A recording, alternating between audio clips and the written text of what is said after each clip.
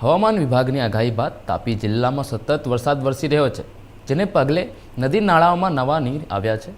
ગતરોજ રાત્રિ દરમિયાન સતત પડી રહેલા વરસાદને કારણે વ્યારા તાલુકા આંતરિક રસ્તા પર આવેલ લો લેવલ બ્રિજ પાણીમાં ગરકાવ થતાં લોકોની મુશ્કેલી વધી છે।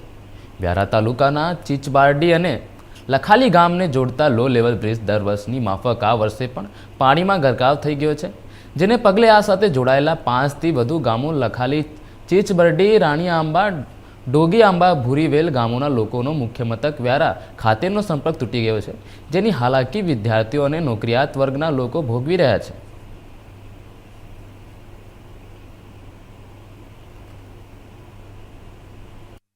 હવામાન વિભાગની આગાહી વચ્ચે તાપી જિલ્લામાં સતત પડી રહેલા વરસાદ ને ઉપરવાસમાં વરસી રહેલા ભારે વરસાદના કારણે નદી નાળાઓમાં નવા નીરની આવક થઈ છે। તો બીજી તરફ આ પહેલો વરસાદ કેટલાક વિસ્તારો માટે મુસીબત સાબિત થઈ રહ્યો છે।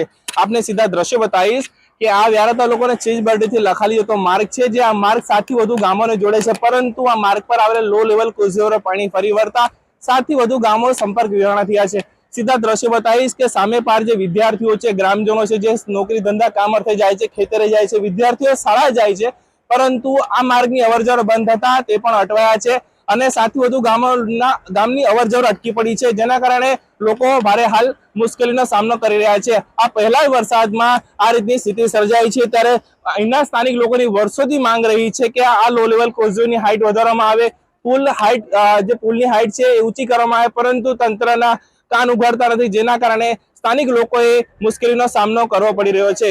અક્ષય બધાને, ઇન્ડિયા ન્યૂઝ, તાપી। મારું નામ ગામિત મેઘના છે।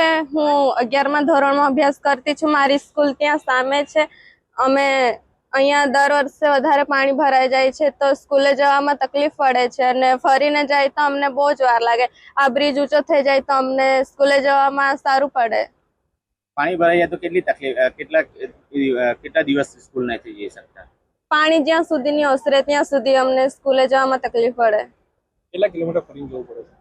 4-5 થી વધારે। નામ આમ કઈ નહીં, હા ચાલો। ચીચબરડી અને લખાલીને જોડતા મુખ્ય માર્ગ છે।